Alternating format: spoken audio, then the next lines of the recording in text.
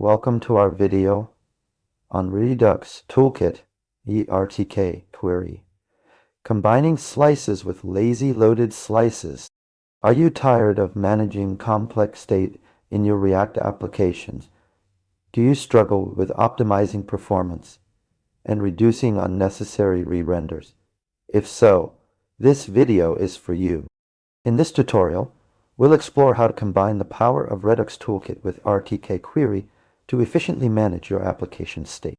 Redux Toolkit is a popular library that simplifies the process of managing global state in React applications. However, as your application grows, it can become cumbersome to manage multiple slices of state. That's where RTK Query comes in, a powerful data fetching and catching library that helps you manage asynchronous data, fetching and update. In this video, we'll dive into how to combine these two libraries to create a robust and scalable state management system. We'll cover the key concepts, benefits, and best practices for using Redux Toolkit with RTK Query.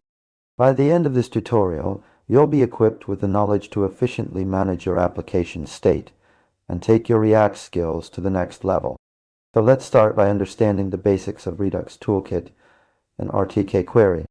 Redux Toolkit provides a set of tools for managing global state in React applications.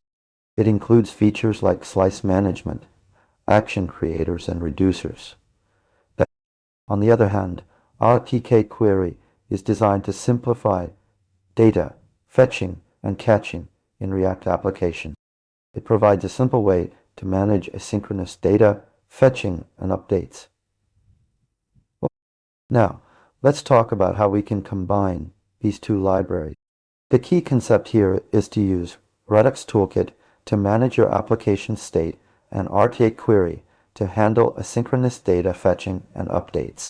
To do this, you'll need to create a separate slice for each feature in your application. This will help you keep your state organized and make it easier to manage. Once you've set up your slices, you can use RTK Query to fetch and cache data for each feature.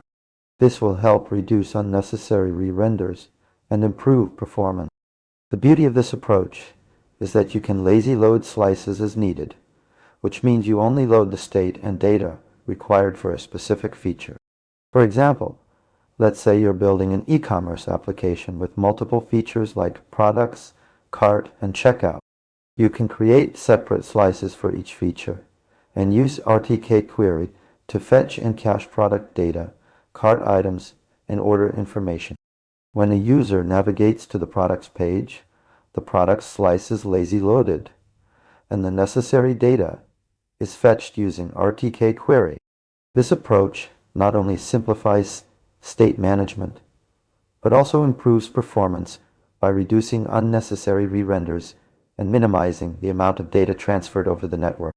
So what are from this tutorial? Firstly, Redux Toolkit and RTK Query can be combined to create a robust and scalable state management system.